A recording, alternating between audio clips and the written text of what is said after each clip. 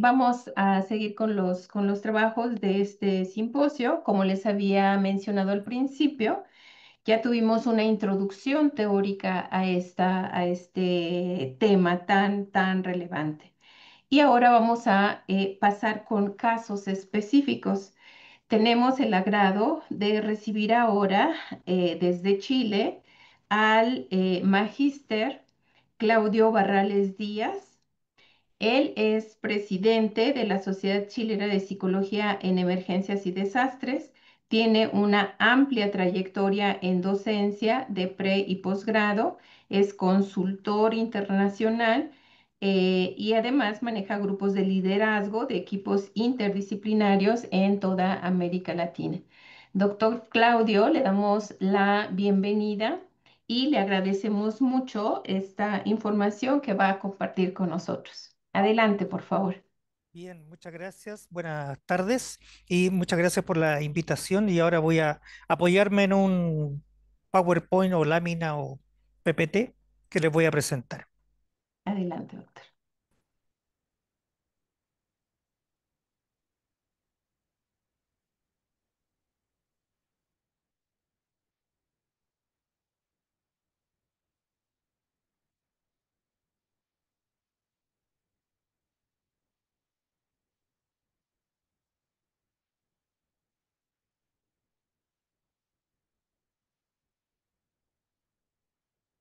Ustedes me dirán como feedback si se ve en la pantalla o no Ya la vemos, doctor.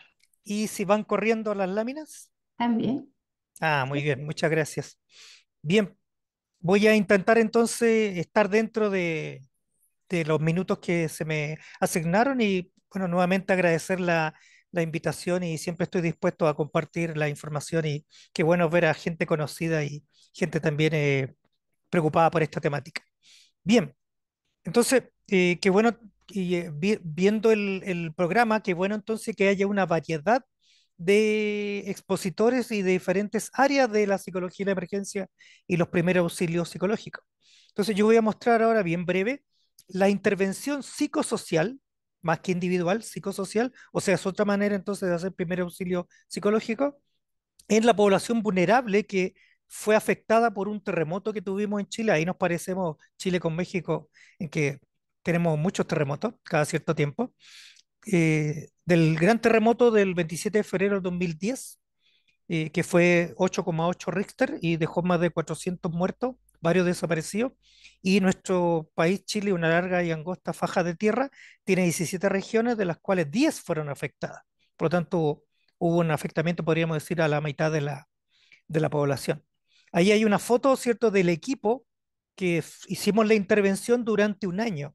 ¿M? Por lo tanto, entonces, a diferencia de los primeros auxilios psicológicos, estos son por el primer auxilio psicológico de acompañamiento grupal, psicosocial, comunitario. Y esto fue el año 2010, estábamos mucho más jóvenes que ahora, ¿ya? Y tuvimos la suerte entonces de prepararnos y que nos convocaran y, como dice la psicología de la emergencia comunitaria, de trabajar en equipo entonces con las instituciones locales.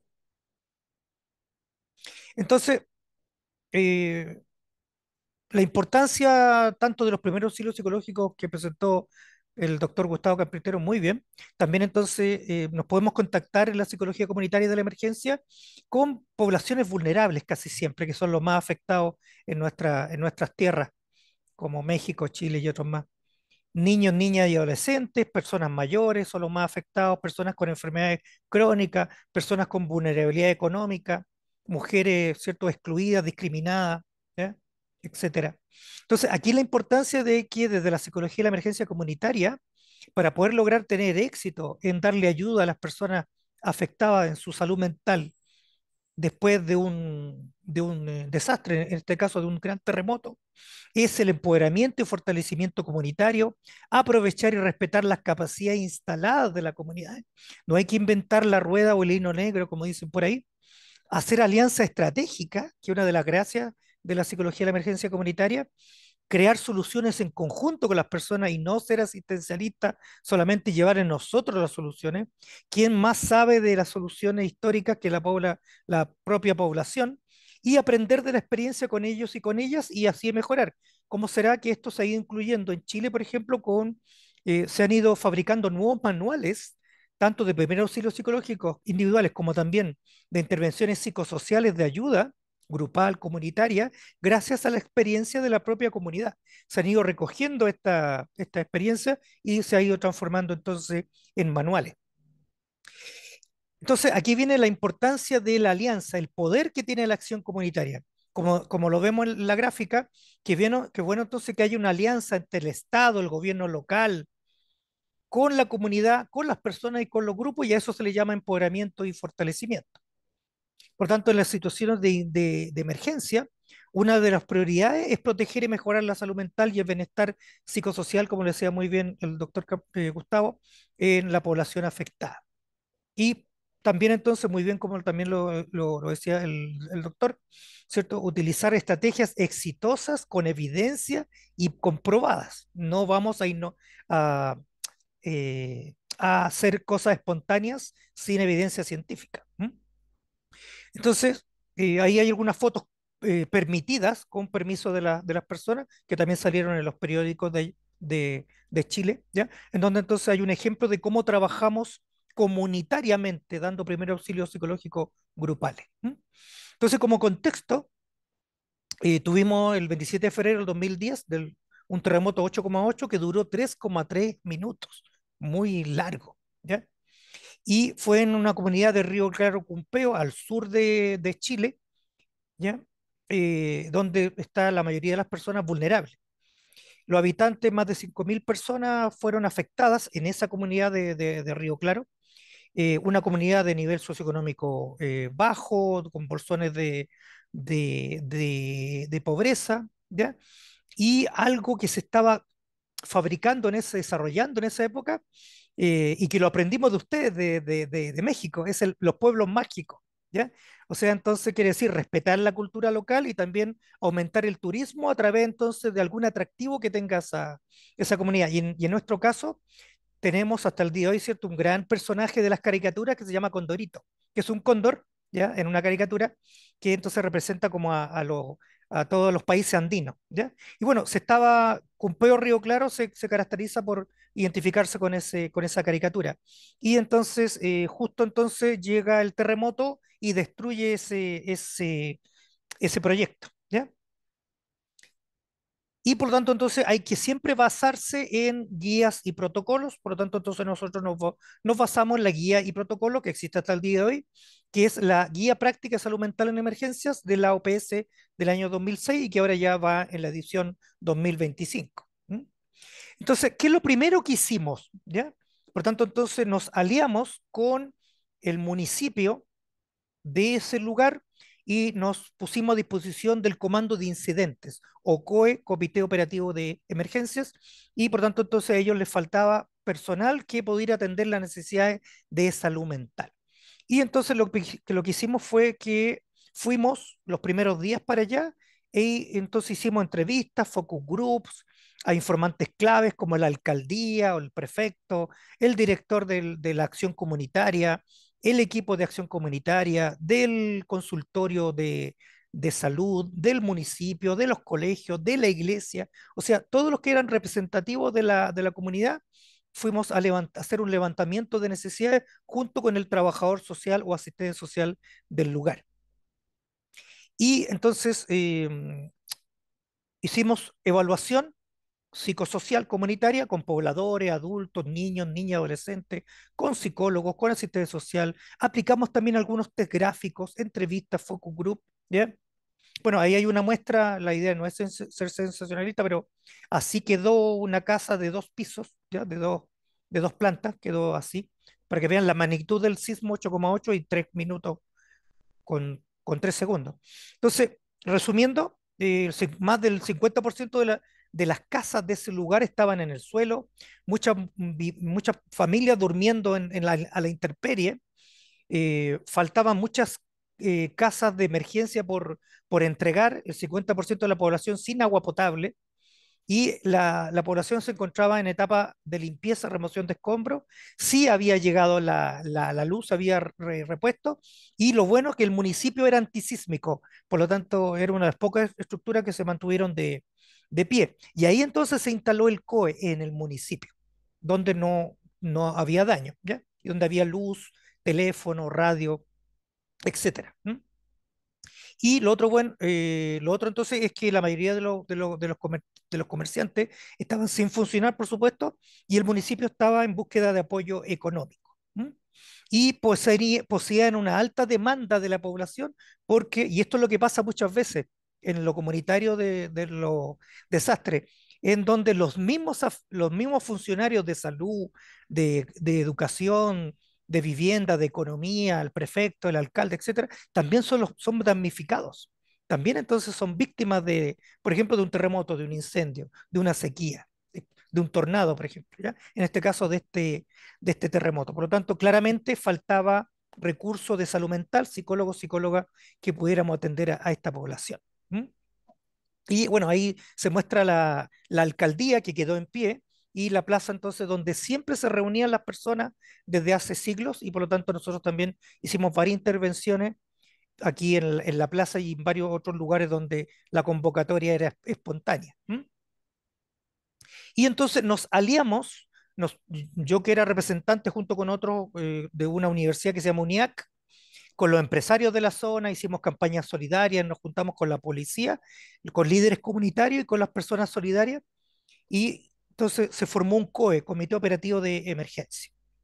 Hicimos esta evaluación psicosocial con la trabajadora social y nos dimos cuenta entonces que la población infanto-juvenil, por ejemplo, tenía una percepción de amenaza. Incluso muchos de los niños, siendo que ese lugar había sido afectado por un terremoto, pero no había mar, por lo tanto no había tsunami, no habían olas que los pudieran afectar, dibujaban que podrían venir olas, dibujaban que habían soldados que les podrían disparar, dibujaban que habían perros que los podrían morder, ¿ya? Por lo tanto, quiere decir que había mucha fantasía con respecto al peligro, a la muerte, lo cual se va repitiendo en varios desastres. Los niños entonces estaban percibiendo el estado de los niños, niñas, adolescentes, percibiendo el estado de vulnerabilidad de sus padres. Lamentablemente hubo muchos abusos también y discriminaciones. En los adultos, un estrés general, miedo, amenazas, trastornos psicosomáticos de dolor de espalda, cabeza, mucha sed. ¿Ya? En hombres predominan los sentimientos de inutilidad, indefensión, desamparo. En las mujeres predominaban los miedos, síntomas psicosomáticos y la angustia. Los padres no podían enviar a sus hijos porque muchas escuelas o se habían caído con el terremoto o eran utilizados de albergue para los más damnificados. Y los niños se estaban adultizando, o sea, estaban compartiendo mucho de la angustia de sus padres y no estaban yendo a la escuela. Y los adultos mayores presentaban estrés postraumático, miedo, tristeza, indefensión.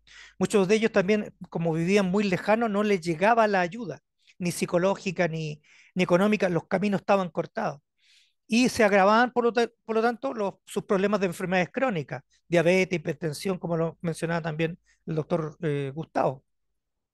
Y los funcionarios municipales, que eran los encargados de emergencia, de educación, de salud, etcétera, también estaban afectados y estaban sobredemandados. O sea, había más demanda que oferta de personal que ayudara. Ellos también entonces eran víctimas, se le llama segunda victimización o tercera victimización, con niveles de estrés alto, ansiedad, miedo, pánico y alta tensión.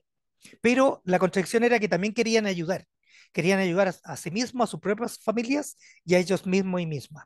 Entonces, con este diagnóstico, nosotros entonces humildemente al COE, Comité Operativo de Emergencia que estaba ahí, entonces le ofrecimos ayuda como equipo.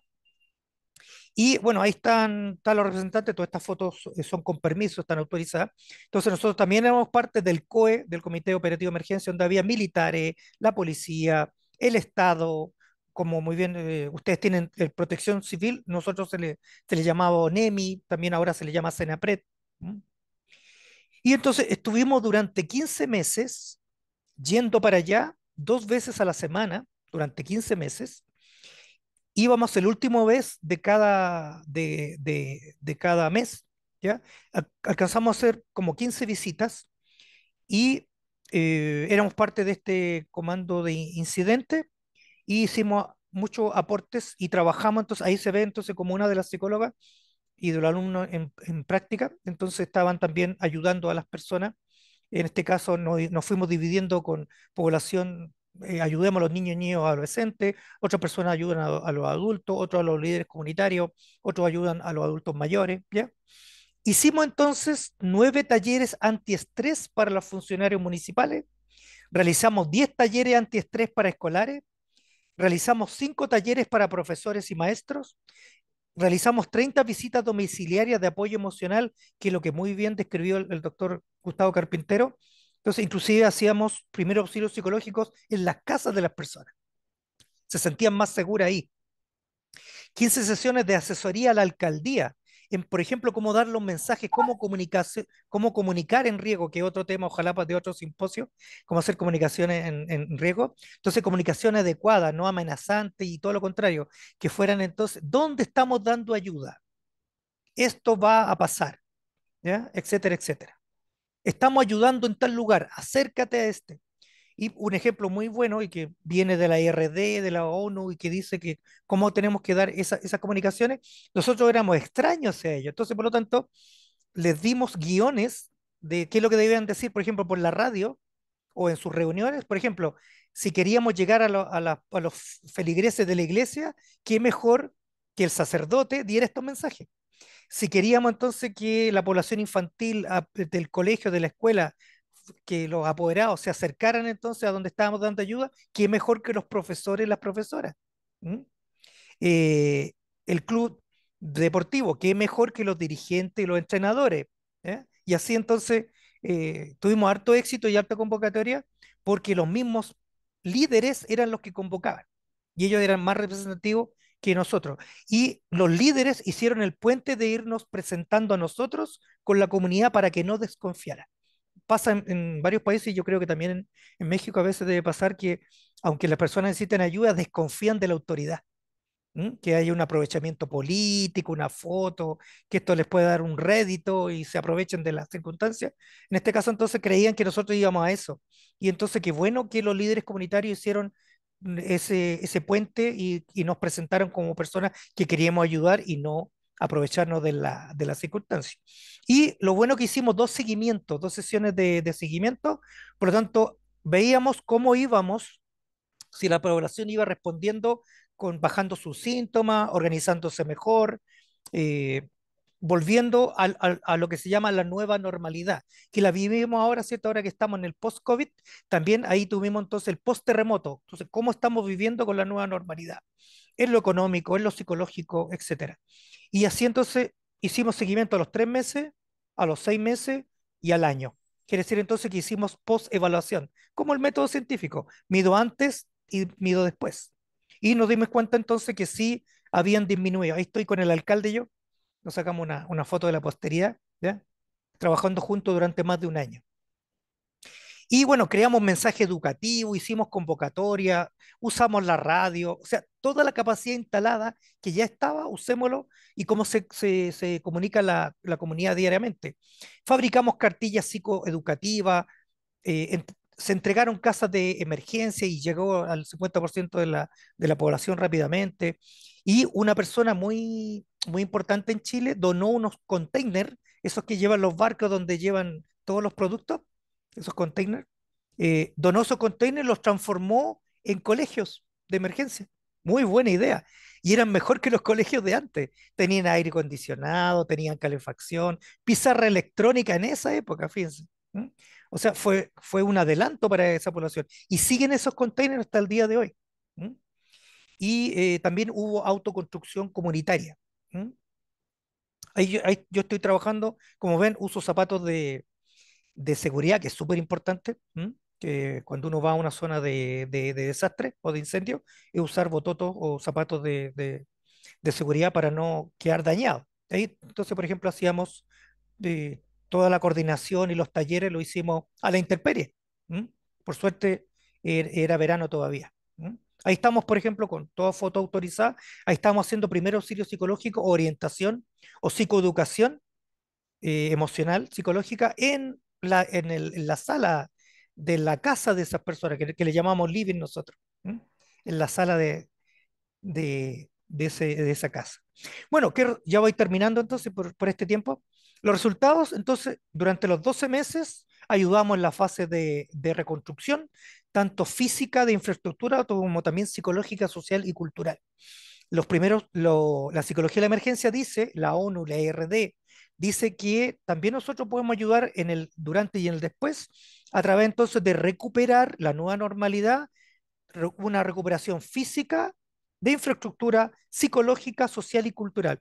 ¿Cómo será entonces que nosotros también le hicimos talleres a los líderes comunitarios y que ellos entonces volvieran a tener la hegemonía y la importancia de liderar a sus comunidades? Un ejemplo muy lindo hasta el día de hoy, por ejemplo, ellos, algo irónico, algo bonito de esto, tan damnificados, pero después se unieron tanto que hasta el día de hoy ahora son productores de frutas de exportación. ¿Mm? O sea, se unieron tanto que ahora entonces tienen una pequeña y mediana empresa, muy bueno, ¿ya? Y por lo tanto entonces hubo una normalización psicosocial de la vida diaria, la comunidad se vio recuperada mejor de cómo estaba antes y algo bueno de esto entonces y que se ven muchos desastres, mayor participación, mayor unión comunitaria, mayor solidaridad, ayuda mutua y disminución de los síntomas. Y se ha visto en esa comunidad, y yo lo he visto en Chile también en otras comunidades, que gracias a este aprendizaje ya saben cómo hacerlo después, cómo ayudarse ellos mismos. Por tanto, no es necesario que vaya toda la organización del Estado, todos los psicólogos, todas las universidades, todos los rescatistas, porque las personas ya saben cómo hacerlo. Puede ser que pidan materiales o alimentos o casa o algo así, o voluntariado, pero ya saben cómo actuar, lo cual no sabían esa primera vez. Por tanto, hubo un aprendizaje comunitario. ¿Mm? Por tanto, y con esto termino, ¿cómo se logra? Algunas ideas, fuerza, anticipándose y capacitándose. Nosotros en Chile hasta el día de hoy, entonces ahora, gracias al Senapred, tenemos muy fuerte el antes, o sea, nos estamos preparando para los próximos desastres a través entonces de fabricar más protocolos y hacer más simulacros, por ejemplo, en esto. Planeando, organizándose, potenciando el liderazgo con inteligencia emocional, empoderando a las comunidades, simulacros permanentes, respetando las opiniones, haciendo participar a los propios pobladores, a los pueblos originarios, trabajo en equipo transdisciplinario, intercultural, biopsicosocial, siempre con un enfoque humanitario, no asistencialista, con ética y siempre con la idea de restablecer el tejido social y no solo el momento, sino que esto quede para después también. Por lo tanto, estamos fomentando, tratando de fomentar humildemente una cultura de seguridad y de la prevención.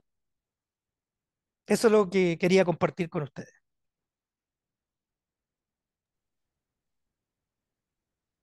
Muchísimas gracias por la, la exposición. Yo me quedé pensando mucho en todo lo que nos dice la importancia de verdad de estar prevenidos. Sabemos cuáles son los riesgos y tenemos que trabajar mucho sobre eso.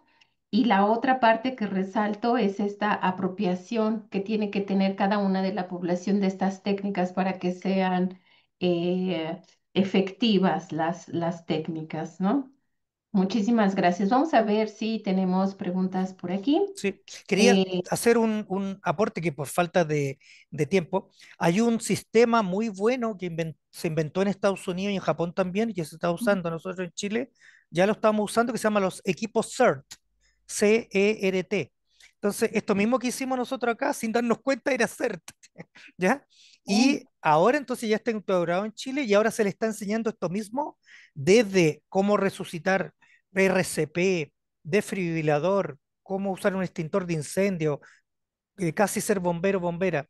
Y además entonces se le está enseñando cómo hacer primero auxilio psicológico, que mostró brillantemente el doctor Gustavo, y también entonces cómo organizar a la población, cómo debe estar organizada. Entonces se le está enseñando a los líderes cómo organizarse haciendo simulacros de que hubo un terremoto, por ejemplo. perfecto, Equipo per- CERT. perfecto. Esa parte es fundamental. Nos preguntan en el chat qué intervención tan noble, bueno, nos dicen que de Mm. intervención tan noble y profunda, muchas felicidades. También Uciel lo felicita. Y dice, tengo una pregunta. Felicito a toda la gente que ha participado en este gran trabajo. Chile es un país donde seguirán los temblores, lamentablemente. ¿Qué se está haciendo para una prevención con la comunidad para afrontar futuros desastres peores? Saludos Mm, desde Tampico. Bueno, claro, lo bueno entonces que aprendiendo de todos los países hermanos como ustedes, nosotros recién hace 2 años que tenemos nuestro CENAPRED. Antes nosotros teníamos una ONEMI, que era entonces Oficina Nacional de Emergencia, que era entonces que solo actuaba en la respuesta. Por lo tanto, no nos preparábamos en el antes y no actuábamos en el después, no le hacíamos seguimiento. Ahora, por suerte, gracias a ustedes y la presión internacional, y también hay que seguir las buenas prácticas, lo tiene Argentina, lo tiene Perú, cómo lo va a mostrar ahora Cuba, lo tienen ustedes extraordinariamente desde del terremoto que ustedes tuvieron hace muchos años atrás, ¿ya? Nosotros recién hace 2 años, pero vamos muy rápido. Entonces, ya tenemos acciones en el antes, tenemos protocolos en el durante y tenemos protocolos en el después. Vamos despacito, pero vamos lento, ¿cierto? Pero llevamos pocos años, pero vamos muy bien y lo más que se está haciendo es capacitar en primer auxilio psicológico y segundo en organización comunitaria. perfecto. Doctor, para cerrar y pasar con la siguiente ponencia, me gustaría preguntarle, ¿qué desafíos emocionales tuvo ese equipo que trabajó tanto tiempo en esta comunidad y cómo apoyaron a estas personas que estaban en ese trabajo que puede ser tan Así difícil? es. Ujú.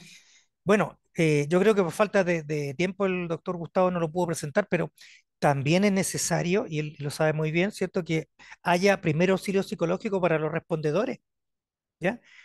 Por ejemplo, yo tengo diabetes y hipertensión porque no me cuidé y hasta el día de hoy tengo insomnio. Entonces, usted no lo haga, ustedes no lo hagan. Entonces, necesitamos también recibir, porque recibir primer auxilio psicológico, esto desgasta, es un desgaste emocional y no solo físico, es muy desgastante. Entonces, por eso que hay que tener constantemente un apoyo de primer auxilio psicológico de nuestros compañeros colaboradores. Entonces, en Chile también nos estamos especializando ahora con no solo equipos de primer auxilio psicológico para la comunidad, para los afectados, también para los intervinientes. Y eso lo sabe muy bien el doctor Gustavo y está escrito en todos los manuales, desde la ONU hasta los distintos países. ¿Quién ayuda al que ayuda? Entonces, para poder responder nuevamente a otro evento, tenemos que estar bien. Por supuesto, eso me parece importante. Tenemos otro comentario. Dice, la base para estar preparados a fin de enfrentar desastres implica dos aspectos. Primero, preparación mental, psicológica, saber qué hacer y también preparación física, tener el equipo y provisiones. Y bueno, Miguel lo felicita, dice excelente información y qué importante experiencia. Sí, yo quiero decir algo con respecto a eso, porque muy bien, que no lo dije por tiempo, pero nosotros no tenemos que tomarnos el agua de lo que le llevan a los damnificados, no tenemos que comernos la comida de los damnificados, ¿eh? Entonces, y salen todos los manuales, en todos los protocolos. Nosotros tenemos que llevar nuestra ropa, nuestra mochila, nuestro saco para dormir, nuestra bolsa, nuestros alimentos, nuestra mochila, nuestra agua, nuestros zapatos de seguridad, nuestros chocolates energéticos, bebidas, todo eso nuestro propio botiquín de urgencia. Tenemos que llevar todo eso nosotros, no Ujú. quitarle a los demás de la boca lo que se le está dando. Muy Y importante. no convertirse uno mismo en una situación de emergencia, ¿no? Ah, y lo otro, súper importante, no todo el mundo que va a ayudar, que es lo que hicimos nosotros allá muy bien, no todo el mundo tiene que hacer los talleres.